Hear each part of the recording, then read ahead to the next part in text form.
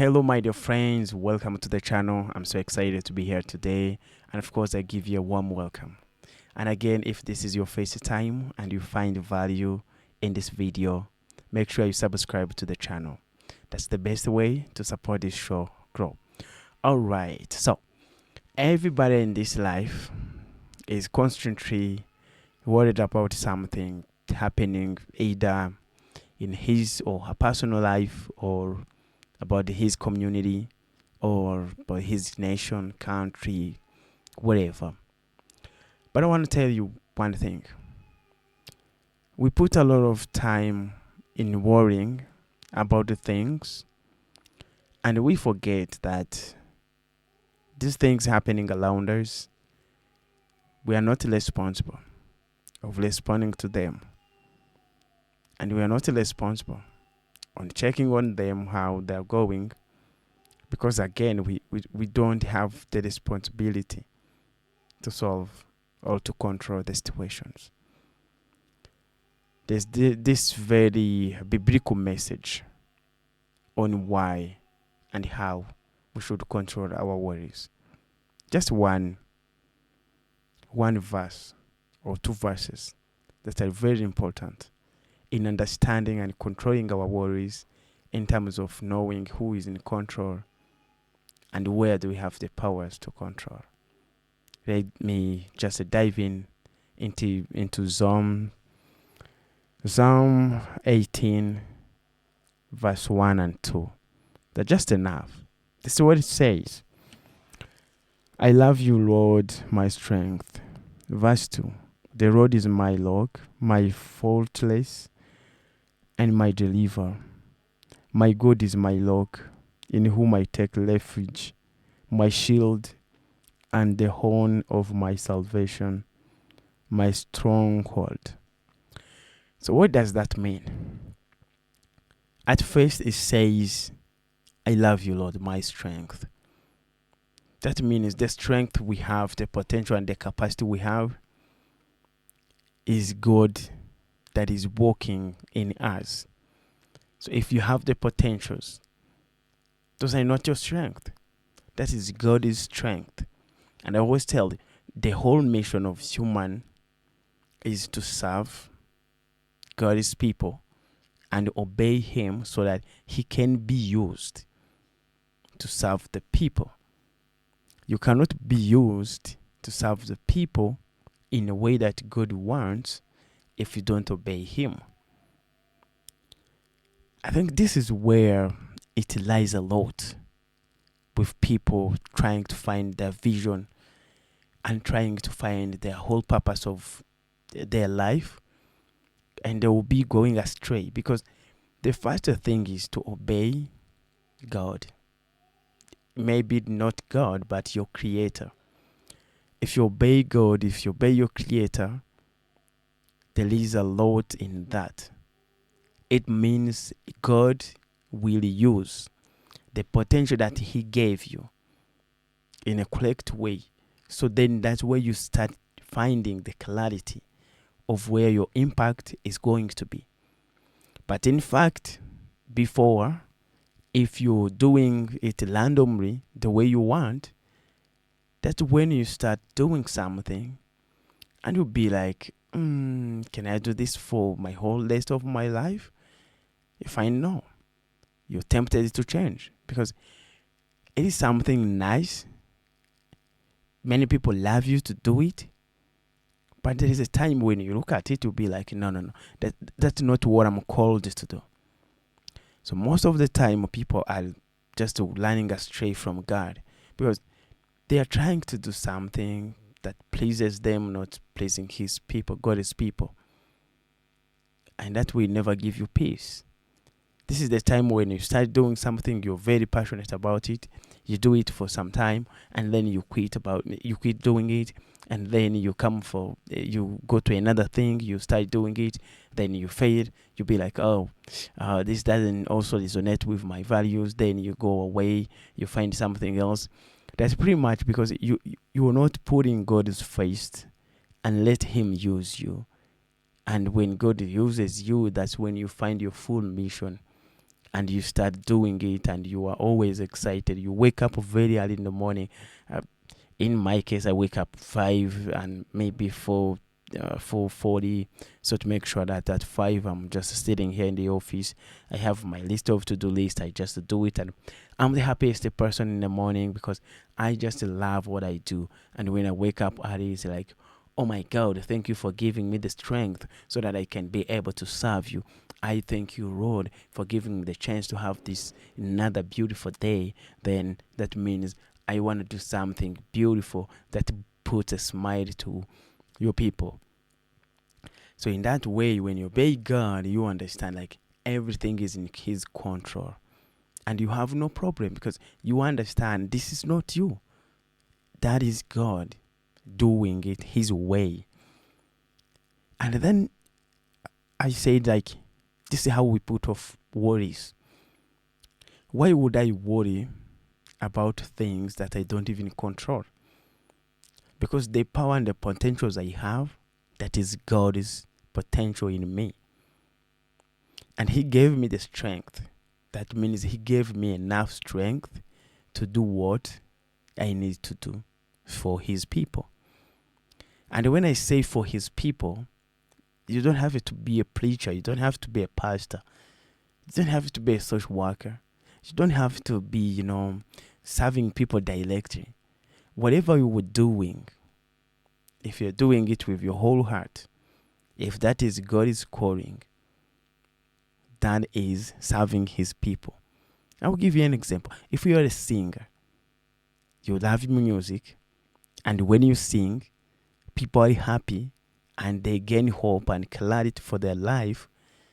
That means you're serving God's people.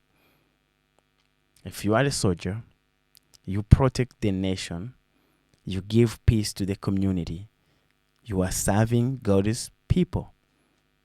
If you are a teacher and you're teaching the children, they love what you do, they gain a lot from you. Your God's mission is to teach His people. In any area of work, if you are a chef, you cook. These beautiful meals are not for you, they are for God's people. So in any area of what you are doing, you are serving God.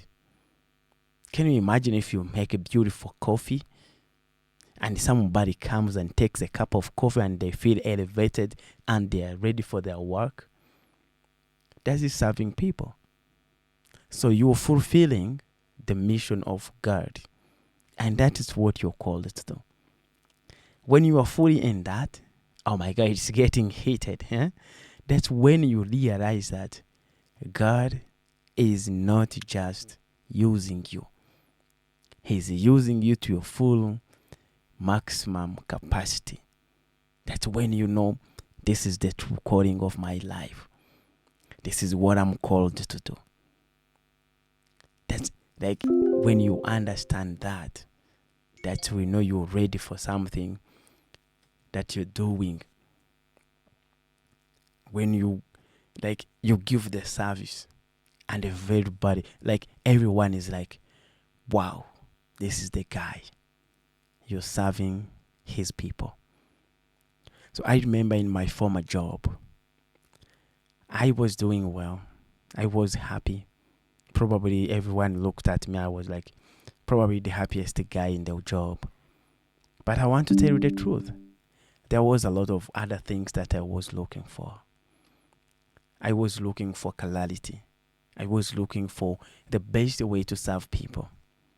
The moment I decided to resign, find my true calling, something that I would wake up, go to work without money, without paying me, I was like, I'm living my life.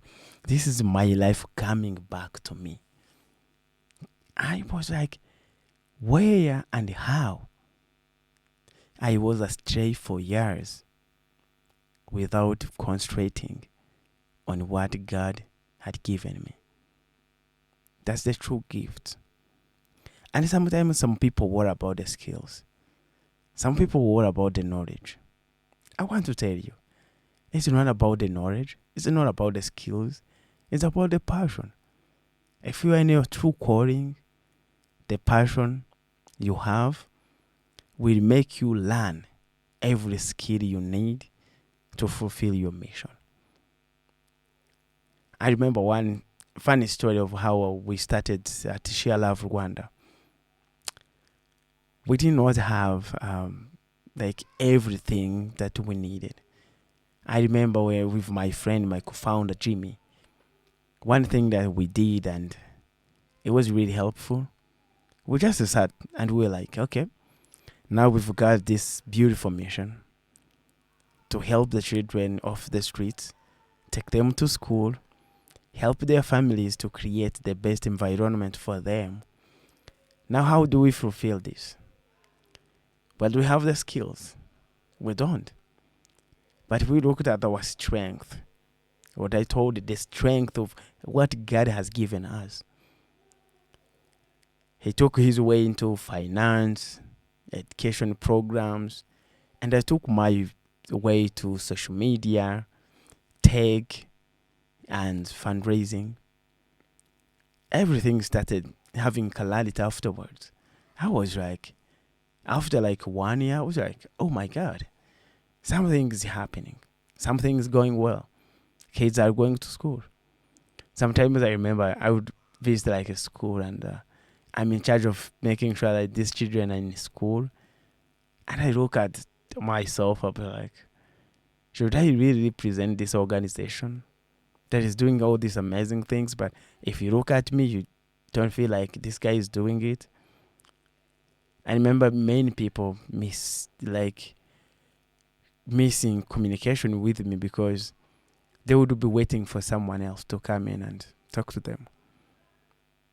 I remember someone coming to our office and asking both me and Jimmy, my co-founder, they were asking us, oh, we had these services and these services here.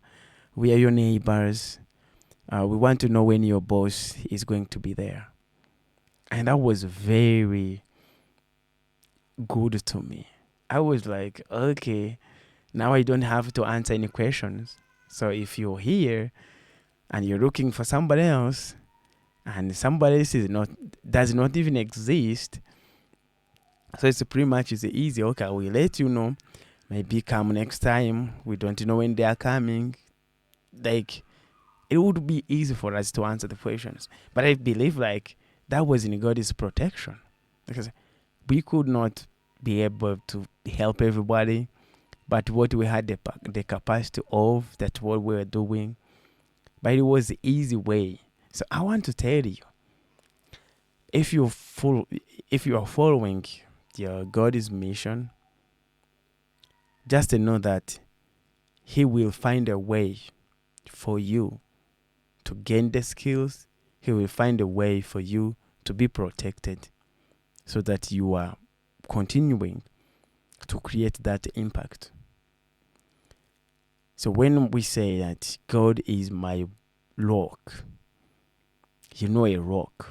If you want to hide away from something big and you find a way to go behind the rock, you are safe and you're protected. I want to repeat this first. The Lord is my rock, my fortress, and my deliverer. My God is my rock, in whom I take refuge. So sometimes people worry about, the environment around with what they are doing. Will be like, oh my God, if I start doing this, how do other people see this? How do I explain that what I'm doing is really right? Just to do what is right. Do what God has called you to do. And He will take care of the rest. That's how, that's how it is done. And there is this one thing you don't have to forget. God is my deliverer. So it is God that finds you a way to do what you're doing. If you're making a great product for your customers, for your God's people, You don't have to worry about, okay, if they don't like it, or if they do, how do they get in? First, use what you have. Use the strength that you have now. Because the strength of God grows exponentially. So when you use what you have, that is multiplied in giving you more powers to do what is next. But if you sit down and you be like, I want to do it when I can do everything. No. It will never work. Because it goes with clarity. The more you get close to something, the more you see it better. The more you understand it. The more you can differentiate it from other things to exactly what you're looking for. But for you sit back and don't act. So that means you will see something the way that you have always been seeing it. Can you get me on this? So if you sit back and you don't do anything, that means you're going to see something the same way that you always see it. Have the courage to get close to that. Have the courage to change the angle so that you see it differently. That's why I always tell you, if you're dreaming of something, try that and see how it works. You never know, it might be your true calling. And you see, when you are in, you are like, this is where I'm made to be. Then you go for it. But maybe sometimes that is very different and you are not going to be in a position to do it. Then you go for something else. I would rather try 10 things to find one thing that works than waiting to find the one thing that works and then I will do it, which certainly you might not even know which one works because you have not tried everything. Or you might try even one thing, you keep thinking like that is what works. But when you would have tried 2 or 3 or 4, 5, then you are able to know, okay, actually this is what works. Sitting back and do nothing is taking the action. I think it's yesterday I made a short video. You can go and find it. Like, taking no action is taking the action of accepting the change, or accepting the life that you have, or changing to get the life that you desire to have. So not taking the action, that means you accept to look the way you are. So if you don't take the action and go to the gym, for example, that reminds me, in a few minutes I have to go to the gym, by the way. So if you don't take the change, like changing the food you are eating, changing the time that you wake up, changing the time that you sleep, then you don't get time to go to the gym.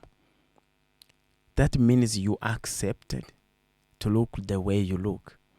You accepted you're healthy to be in danger just the way it is. That's very important to you, right? So if you don't take the change and quit drugs, that means you accept to be a drug addict. I'm telling you this because I've been in that position. I was a drug addict for about maybe 4 years, 3 years and plus. I was taking excessive marijuana, sniffing glue, and I never thought like I was going to quit that until one day when I decided to make a change. And that is when I was about 19 years old. I was like, okay, wait. I've been through this. If I don't change, where is the world heading for me?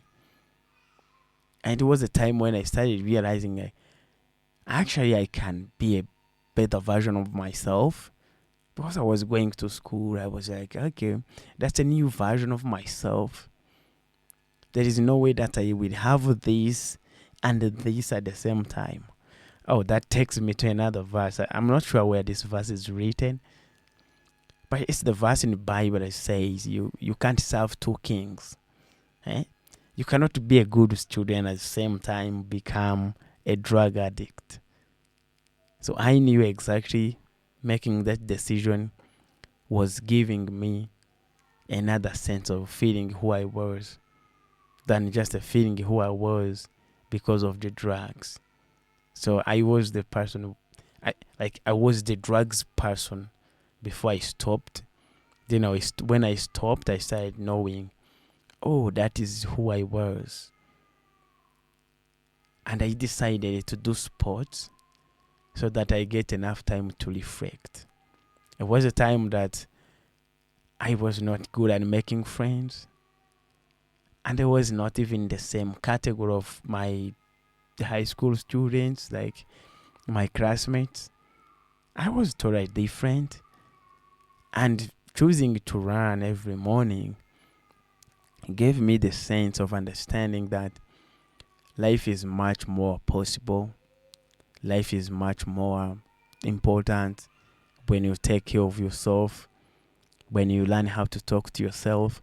I'm fascinated when I tell people I used I used to talk to myself by when I was in high school, and I'll be like talking to God, because that gave me the sense of understanding who I was and how much power I had and how much it was hard to take a journey of change. I always tell people like the change you're looking for is very difficult to adapt, and it is because everybody wants the good thing you want. I'm telling you the truth. If you are a superstar, everybody's ready and looking for that. If you are if you are a good teacher, everybody's looking for that. If you are a doctor, everybody's looking to, like, the things you're looking for, the things you want to achieve. You're not the only one looking for that. But there is a difference. The difference is it is hard to get, so few people are willing to do hard things, including you. I always give example from my life story. There's two incidents that I very well remember that made me who I was. Like, it made me who I become. At first, it was just working hard. And then another thing was taking a blame, shame. Are you willing to be ashamed today so that your future looks bright? If you went to school late, I mean being old, and you started maybe high school at 18 years old. I started when I was 19 years old. And then what happened is I was not a good student. And then it required me to work so hard so that I would be able to catch up with the rest of my class. So I remember reading times 4, times 3 of what any average student was reading. Why was I doing that? It's because I knew I had not much time left. Being at 19 years old and you're starting high school, when your classmates, some of them are 13 years old, 12 years old, that meant a big difference. That was not the class I was supposed to be in. But by age, I would have finished high school when I was starting high school. But that didn't take away the fact that I was going to be a successful student. I just had to work so hard. Then what that brings in is some people around you are not able to know the full vision that you have. They don't even know what you're looking for, that pushes you to work that hard. So now this is when you need to be more strong.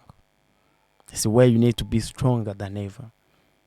Because when people start seeing that you're being different from them, now they start putting you on the side of not their friends. I don't want to say enemies, because these people are not your enemies. Like, people who don't support what you're doing, don't call them enemies, because they don't know.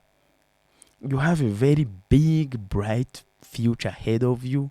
You have a very big dream that you have, and you expect everyone to understand it? No, no, no. I tell my friend, if everyone is a fan of you, if everyone understands what you want to do and is happy about what you're going to do, you're probably going to do what an average person is doing. But when you have this big, big vision, and no one or a very few people who know you, they just understand it, that's better. But this big vision you have, everyone cannot understand it. At first, this is your vision, so no one has ever created something like what you're creating. You are bringing a product, maybe an application, in the world that it has never happened. You are starting an organization, you are starting a big company. No one knows about what you're going to do. That's why they are not on your side. Some of them actually, they are even afraid, because they'll be like, if this guy becomes like that, how do we behave around him? We are going to lose my friend. They are even, some of them even love you so much that they will tell you that your vision is not clear and it cannot be achieved. Why do people say that? It's because they think like, because they love you, they don't want you to lose the little you have. But because you have a big vision ahead and a big dream ahead, you are willing to lose everything and follow that. So then, back to my high school, that's when I started seeing like some kids started making fun of me. Why is this guy reading so much? And they start calling you different names. But I knew deep in my heart, I was looking for something bigger, something different.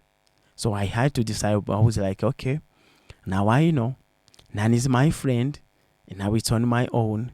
I want to learn how to be happy when talking to myself. So I learned to talk to myself. I learned to give myself compliment. Do you know when you have done something and to you feel like this is great, but everyone else doesn't see that because they don't know the pace you have. So to me, having 5 out of 10 was a success. Having like anything not 0 was a success. And I would have 0 out of 10 and know I've learned how this is done. Next time, I'm ready for it. Somebody would think, oh, he has failed. No, no, no, no. I was not failing. That was my level. If I don't get 50% and I get 40%, and I thought if I would get 20%, I would be very great, and now I get 40%, I'm better. So people feel like if you're not accomplishing the maximum, you are not accomplishing anything. But it is because people misquote, like misunderstand this. My improvement of 1%, 2% is greater than your improvement of 20%, and you stop from there. Because you have maximized everything and you don't even know how to add 1 more percent improvement. But for me, I have built a track record of putting 2% improvement over time. So eventually I will be on 100%. No matter what happens, it's about the future. That's what gave me a lot of strength. Then another incident in my life that showed me how much God is always there is when I had to quit my job. All of my friends were like, "Oh, no, no, no, no, no, you don't have to." They organized the dinner and they had to invite me, they had to pay for me, but they wanted me to make another decision. Some friends might love you, but they don't know what you have in mind. So they are trying to say, "Oh, please settle for less and settle for what is not valuable and settle for what they don't, for what God has not made you to do. And that will be okay." My friend, that's not okay. Settle for what God has made you to do, and you're going to do it better. So God, Lord, is my rock. I have no worries. God is my rock. I don't have to fight all battles. Do you know you don't have to fight all battles? Some battles will be fought by God and you will not even know that they existed. I made a short video yesterday talking about the vision and the focus. So don't lose focus for anything. If you have the focus here, take care of it. The rest behind will take care of themselves. That's the big truth. Don't worry about things that you're not doing, because you're not made to do everything. Worry about the thing where you're putting your strength, your powers, and just improve that. And the rest of the things that you're not doing, somebody is gonna do them. That's it. Just worry about one thing that you're doing. And don't even worry. Just put there your full maximum energy and capacity. And don't worry about what you're not doing. Those things you're not doing, somebody else is born to do them. Don't worry about them. Yeah, it's pretty much like taking your sick person to the hospital and you worry about how they are going to give injections and do the surgery or anything. That's not what you do. If you have taken somebody to the hospital, let the doctors determine what they need to do. For you worrying about that doesn't change their opinions, doesn't change their decisions. So you just better don't even worry, because you're losing twice. That's pretty much. If you worry a lot, you're losing twice. I get people saying like, "Oh, we have anxiety, we have, what is the source of anxiety? What is the source of depression? It's only when you're not serving your God's purpose. It's when you're not giving the best to your people.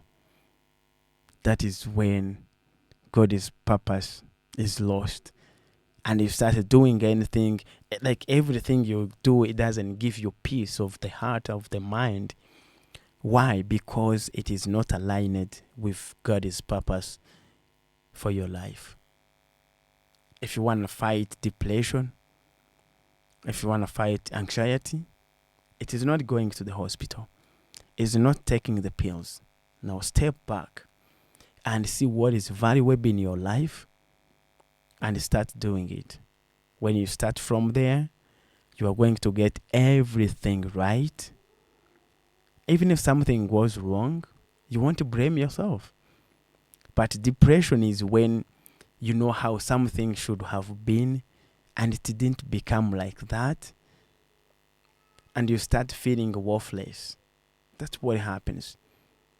But if you start knowing that you're called to do this and everything you're doing is aligned with that, you have no problem.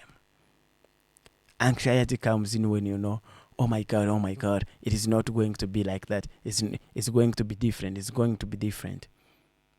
Then the outcome of what you're going to do, you're anxious on how it is going to look like. Because it is not God's purpose. That's the best. So my dear friends, I don't know if I didn't even intend to make a video of 34-5 minutes. But this was worth it to share. I thank you so much. And if you're still here watching this, please do me a favor, subscribe to the channel and share with your friends. This is something worthy to share. I know today I have the field work. I'm gonna be recording something in the field. Just come back. So I thank you so much. I wish you many blessings. Let 2025 be a winning year. This is something that everyone was waiting for. And remember, if you have some New Year resolutions, time is flying, brother. Time is flying, my sister. Don't worry about everything. Just keep your focus. Remember one thing, God is my rock, your rock, and that's why you should take refuge. And God is your deliverer. So don't worry about how things are going to be done, because God's power in you is enough. And remember, you have enough. So thank you so much. See you in the next video.